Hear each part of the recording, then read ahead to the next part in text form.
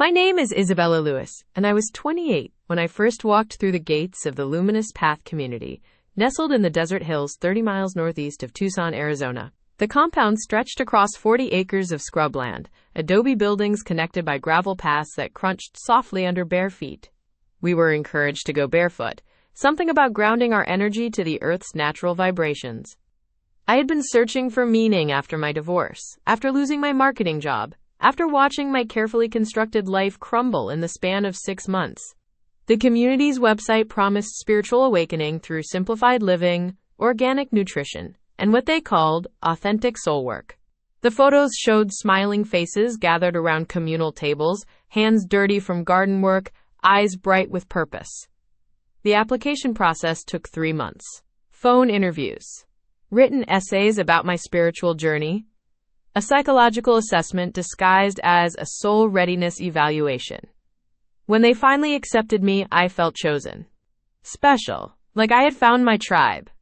The first weeks blurred together in a haze of orientation sessions and dietary adjustments. We rose at 5:30 for morning meditation, followed by what they called purification nutrition. Carefully measured portions of raw vegetables, sprouted grains, and herbal teas. No processed foods. No sugar, no caffeine after noon. The nutrition expert, Dr. Sarah Chen, explained that our bodies were temples requiring precise fuel for optimal spiritual receptivity. Your energy signature is clouded, she told me during my first consultation, her fingers pressed against my wrist as she checked my pulse. We'll need to implement a cleansing protocol to clear the toxins from your previous lifestyle. The rules multiplied gradually. No outside reading materials. They disrupted our energy alignment, limited phone calls home. Family attachments hindered spiritual growth. No romantic relationships for the first year. We needed to focus on our individual healing. Each restriction came with careful explanation, wrapped in concern for our well-being. I shared a small adobe room with Emma Hartwell, a former nurse from Portland who had arrived 6 months before me. She spoke in whispers after lights out, her voice barely audible above the desert wind rattling our window. The dream stopped, she murmured one night staring at the ceiling. I used to dream every night. Now there's just nothing. I wanted to ask what she meant, but something in her tone made me stay quiet. The silence stretched between us, heavy with unspoken questions. During group sessions, we practiced what they called emotional regulation techniques. When someone cried, we were taught to breathe through it without offering comfort. Physical touch was discouraged. It created energetic entanglements. We learned to observe our feelings from a distance, to treat emotions like weather patterns that would pass if we didn't feed them with attention. Attachment is the root of suffering. Our spiritual director, Marcus Thornfield, reminded us daily, even attachment to your own emotional responses. The compound felt increasingly isolated as autumn deepened into winter. The nearest town was a 40-minute drive down a winding dirt road, and personal vehicles were stored in a locked garage to reduce our carbon footprint. Supply runs happened twice weekly, handled by senior members who had earned driving privileges. I began to notice things. How certain members never seemed to eat during communal meals, claiming they were on, quote, advanced fasting protocols. How the leadership lived in larger buildings with private bathrooms while the rest of us shared facilities. How questions about finances or outside contact were redirected with gentle but firm reminders about trust and surrender. The nutrition consultations became more frequent. Dr. Chen monitored our weight, our energy levels, our spiritual progress through detailed food journals and daily check-ins. She prescribed increasingly restrictive meal plans, explaining that our bodies were releasing decades of stored trauma through careful dietary management. Your system is highly sensitive, she told me during one session, her voice warm with what seemed like genuine concern. We need to be very careful not to overwhelm your nervous system during this delicate phase of healing. I was losing weight. We all were. But when I mentioned feeling dizzy during meditation, Dr. Chen smiled and adjusted my portions downward. Lightness in the body creates lightness in the spirit, she said, making notes in my file. You're exactly where you need to be. But late at night, listening to Emma's shallow breathing in the bed across from mine, I began to wonder if where I needed to be was somewhere else entirely. The thought came and went like a whisper, barely acknowledged before I pushed it away. Something was wrong here. I just didn't know what yet. The first sign came during my 3rd month at the retreat. I was organizing Dr. Chen's office files when I found a folder marked Nutritional Dependency Protocols, tucked behind her certification documents. The pages inside made my hands shake. Detailed charts tracking each resident's weight loss, energy depletion, and what she called compliance markers. My name appeared frequently with notes like responds well to praise regarding spiritual advancement and increased isolation from family successful. No outside contact in 6 weeks. But it was the financial section that made my stomach drop. Monthly payments from residents' families, often their entire savings or inheritance, flowing into accounts I'd never heard of. My own trust fund, the one I'd donated for the community's spiritual work, was being systematically drained for what the documents called enhanced dependency maintenance. I photographed the pages with trembling fingers, then carefully returned everything to its place. Dr. Chen had been my anchor here. When I'd arrived, desperate and grieving after my mother's death, she'd been the one to sit with me during those first terrible nights. She'd held my hands and told me my spirit was old and wise, that I'd been called here for a purpose greater than my pain. You have such beautiful energy, she'd whispered during our early sessions, but it's been wounded by the outside world. We need to protect it, nurture it back to health. I trusted her completely.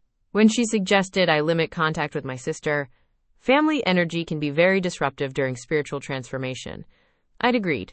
When she recommended I sign over my financial assets to eliminate material attachments, it had felt like the right choice.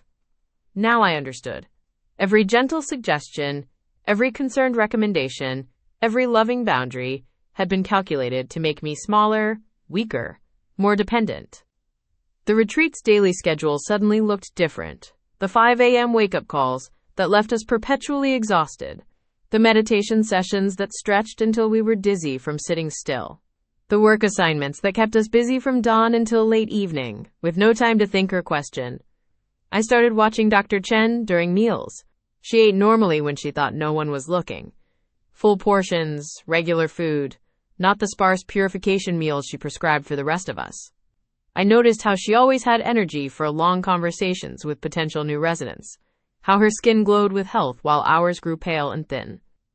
The other residents moved through their days in a haze of exhaustion and manufactured gratitude.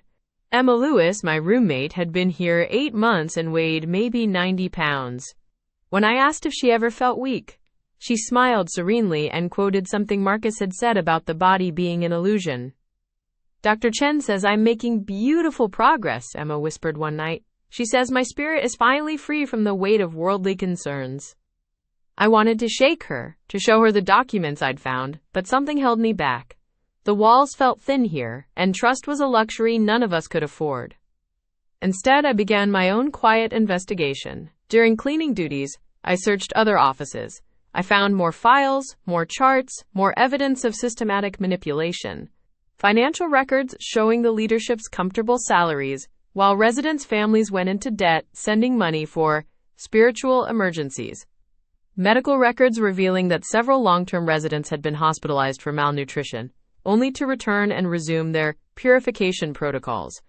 Email exchanges between Dr. Chen and Marcus discussing which residents were ready for advanced isolation techniques and which ones might need intervention if they showed signs of resistance. The compound's isolation wasn't accidental. It was strategic. The restricted communication, the controlled information, the physical weakness that made clear thinking nearly impossible. Every element designed to create what Dr. Chen's notes called optimal dependency conditions. I found recordings too. Hours of private sessions where Dr. Chen guided residents through energy alignment exercises that were actually sophisticated psychological manipulation techniques. Her voice, so warm and caring in person, sounded clinical and calculating on the recordings as she discussed methods for deepening spiritual surrender. The subject shows excellent response to nutritional restriction, combined with sleep deprivation, she noted in one session about a resident I recognized. Recommend continuing current protocols and introducing financial pressure through family contact restrictions. My own sessions were there too. Months of recordings where she'd carefully map my vulnerabilities, my grief, my desperate need for meaning after losing my mother. She'd used every confidence I'd shared, every moment of pain I'd revealed, to craft a perfect trap. Subject demonstrates classic spiritual seeking patterns following maternal loss, her voice said from the speaker. Recommend accelerated isolation protocols and increased dependency on nutritional guidance. Financial assets should be fully transferred within 60 days.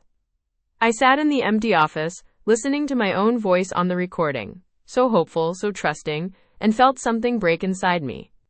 Not my spirit, as Dr. Chen might have hoped, but my willingness to stay silent. The next morning, I watched her lead the breakfast meditation with new eyes. Her gentle smile as she guided us through gratitude exercises for our simplified meals. Her concerned questions about our energy levels, always followed by suggestions for even more restrictive eating patterns. Remember, she said, her voice carrying that familiar warmth, your body is releasing lifetimes of stored trauma. The discomfort you feel is just old pain leaving your system. Around me, 23 residents nodded weakly, their faces gaunt but peaceful. They believed her. They trusted her, just as I had. But now I knew the truth. Dr. Chen wasn't healing us.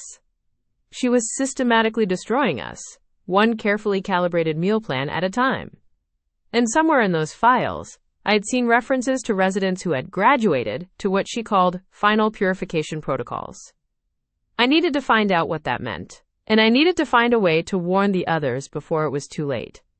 That night, as Emma slept fitfully beside me, I stared at the ceiling and planned my next move. The evidence was damning, but I was trapped 40 minutes from civilization with no car, no phone, and a body weakened by months of controlled starvation. Getting out wouldn't be enough. I had to expose what was happening here. I had to make sure Dr. Chen could never do this to anyone else. The thought terrified me, but for the first time in months, it also made me feel alive. The next 3 days passed in careful observation. I memorized Dr. Chen's schedule, noted when the office remained empty, tracked which residents seemed most alert despite the dietary restrictions. Emma Lewis had been here longest, 8 months, but her eyes still held a sharpness the others had lost. During our mandatory afternoon rest period, I whispered to her about the files. Her face went pale, then determined. There's a landline in the maintenance shed, she breathed against my ear. David Martinez told me before he graduated he was trying to call his sister. The word graduated sent ice through my veins. In all my weeks here, I'd never seen anyone actually leave. That evening, while Dr. Chen led her weekly energy alignment session in the main hall, Emma and I slipped away. The maintenance shed sat at the compound's edge, hidden behind the solar panel array. My hands shook as I picked the simple lock with a hairpin, a skill from my rebellious teenage years that felt like a lifetime ago. Inside, beneath dusty equipment manuals, we found it, an old rotary phone connected to a buried line. Emma kept watch while I dialed the FBI's Phoenix field office, my voice barely above a whisper. This is regarding potential fraud and endangerment at a spiritual retreat near Tucson, I said when the duty agent answered. People are being systematically starved and financially exploited. The agent took my information, but I could hear skepticism in his voice. Ma'am, we'll need substantial evidence to investigate a religious organization. Can you provide documentation? I thought of the files locked in Dr. Chen's office. I'm working on it. Over the following week, Emma and I developed a system.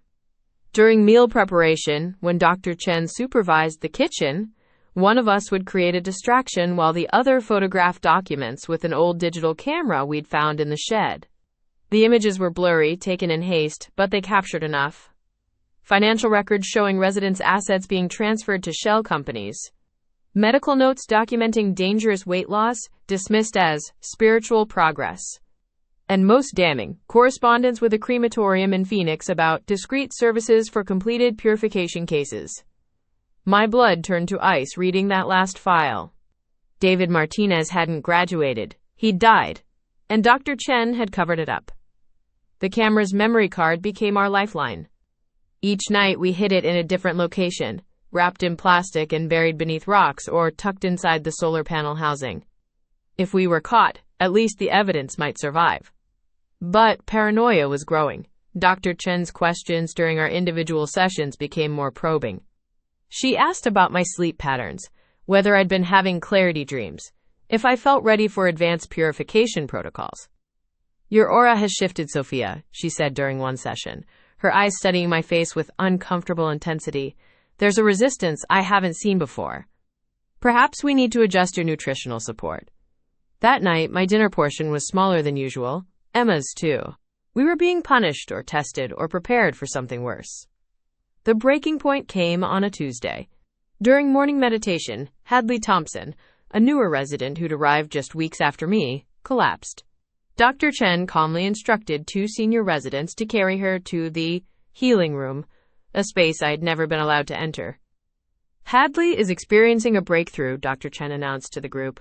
Her spirit is releasing deep trauma. We must respect her process with silence and prayer. But through the thin walls that night, I heard crying. Not the peaceful tears of spiritual release, but the desperate sobs of someone in genuine distress. Emma and I made our decision. We had enough evidence, and Hadley's condition was deteriorating. It was time to run. The next morning, during the chaos of breakfast preparation, we slipped away. The maintenance shed held our salvation. Not just the phone, but an old pickup truck with keys hanging on a hook. Emma had noticed it weeks ago, but hadn't mentioned it until now. The engine turned over on the 3rd try, coughing to life like a prayer answered. We drove slowly at first, trying not to raise dust, but once we reached the main road, Emma pressed the accelerator to the floor. There's a sheriff's station in Marana, she said, her knuckles white on the steering wheel. 20 minutes if we don't stop. Behind us, the compound grew smaller in the rearview mirror. But I knew Dr. Chen would notice our absence soon. She'd realize what we'd taken, what we knew. The sheriff's station was a small building that looked more like a convenience store than a law enforcement facility. But Deputy Sarah Lewis, no relation to Emma, despite the name, listened to our story with growing alarm. When we showed her the photographs on the camera, her expression hardened. We need to get you both medical attention first, she said, noting our obvious malnourishment. Then, we're calling in the state police and social services. The next hours blurred together. Medical examinations revealing dangerous electrolyte imbalances and severe malnutrition. Statements given to investigators. Phone calls to federal agencies. But the hardest part was waiting. While we sat in the hospital, hooked to IV fluids, a joint task force was preparing to raid the compound. 23 people were still there, including Hadley, still trapped in Dr. Chen's web of manipulation and control. Emma held my hand as we watched the news that evening. Footage of police vehicles surrounding the desert compound. Residents being led to ambulances, their faces confused and frightened. Dr. Chen in handcuffs, her serene mask finally slipping to reveal the calculating predator beneath. Authorities have arrested Dr. Linda Chen on charges of fraud, endangerment, and practicing medicine without a license, the reporter announced. The investigation is ongoing, but sources indicate this case may involve multiple fatalities covered up as natural deaths. I closed my eyes, thinking of David Martinez, and whoever else had graduated under Dr. Chen's care. The evidence we'd gathered would help build the case against her, but it couldn't bring back the people she'd killed, with her twisted version of healing. The camera's memory card, our desperate collection of blurry photographs and stolen documents, had become the foundation of a federal investigation. But more than that, it had saved the lives of everyone still trapped in that desert compound. As the news coverage continued, showing residents being reunited with families they'd been encouraged to abandon, I felt something I hadn't experienced in months. Hope. Not the false, manufactured hope Dr. Chen had sold us, but real hope, messy and uncertain and entirely my own. 10 months later, I sat in my small apartment in Phoenix, sunlight streaming through windows I could open whenever I chose. The freedom to control something as simple as airflow still felt miraculous. My kitchen counter held real food, fresh vegetables I'd selected myself, bread without hidden restrictions, coffee that wasn't part of someone else's purification protocol. The refrigerator hummed quietly, a sound I'd learned to find comforting rather than threatening. Emma visited twice a week. She'd moved back with her sister in Flagstaff and was slowly rebuilding relationships Dr. Chen had taught us to abandon. We didn't talk much about the compound anymore, but we didn't need to. The shared understanding lived in comfortable silences, and the way we both still checked locks twice before sleeping. The legal proceedings had concluded 3 months ago. Dr. Chen received 15 years for fraud, endangerment, and practicing medicine without a license. The wrongful death charges hadn't stuck. Too little physical evidence, too much time passed, but the financial crimes were undeniable. The compound property was sold to pay restitution to former members. I testified via video link, my voice steady as I described the nutrition protocols that had nearly killed us. The prosecutor had called our evidence instrumental in securing convictions. Watching Dr. Chen's face on the courtroom monitor as the verdict was read, I saw no trace of the serene healer who'd once convinced me my spirit needed her guidance. My new job at a nonprofit felt purposeful in ways the compound's manufactured meaning never had. I developed assessment tools for spiritual abuse impact, helping other survivors identify manipulation tactics they might not recognize. The work was difficult. Each intake interview reflected fragments of my own experience, but it felt clean, honest. Therapy happened twice a week. Dr. Rodriguez never pushed, never claimed to know what my spirit needed. She helped me distinguish between genuine intuition and the programmed responses Dr. Chen had installed. Some days I still caught myself calculating the spiritual weight of food choices or scanning conversations for hidden tests of my commitment to growth. The nightmares had mostly stopped. When they came, they were different now.